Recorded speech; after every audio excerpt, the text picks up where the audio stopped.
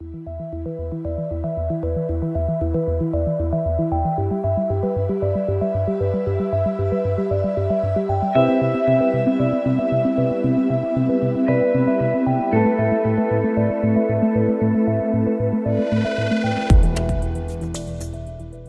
neurosurgery, we have been discussing about how to diagnose, how to assess, and how to treat the patients without operating. Today, we are discussing about the surgery for scoliosis.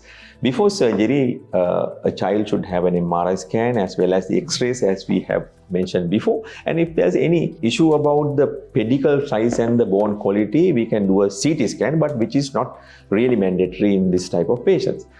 During the surgery, there are different techniques has been used in the past, but at the moment, currently, most of the time we are using a posterior approach and placing screws under navigation or even fluoroscopy. Some centers use the freehand technique to insert the screws. Once the screws are inserted using the navigation, it's very accurate and it is in the bone and it's easy to manipulate because the screw purchasing is very good.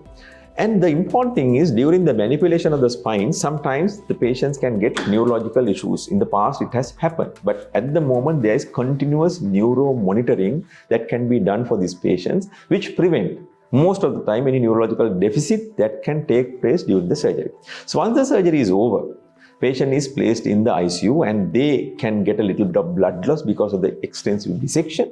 However, before the operation, if we optimize the patient with lung function and correcting the hemoglobin, the post-operative low hemoglobin is not going to be a problem. Sometimes they may need a blood transfusion. After being there for about 1 or 2 days in the ICU, patient can be transferred to ward.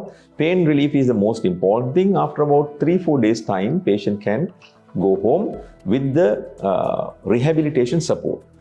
Exercises and rehabilitations are given to the patient to optimize and make them adapt to the new posture and get on with the new life.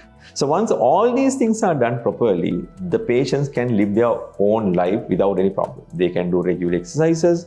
Usually the boxing, wrestling and karate type of contact sports are not much encouraged because of the rigid fixation. But other than that, they can do any exercises they like and they can do any job they like.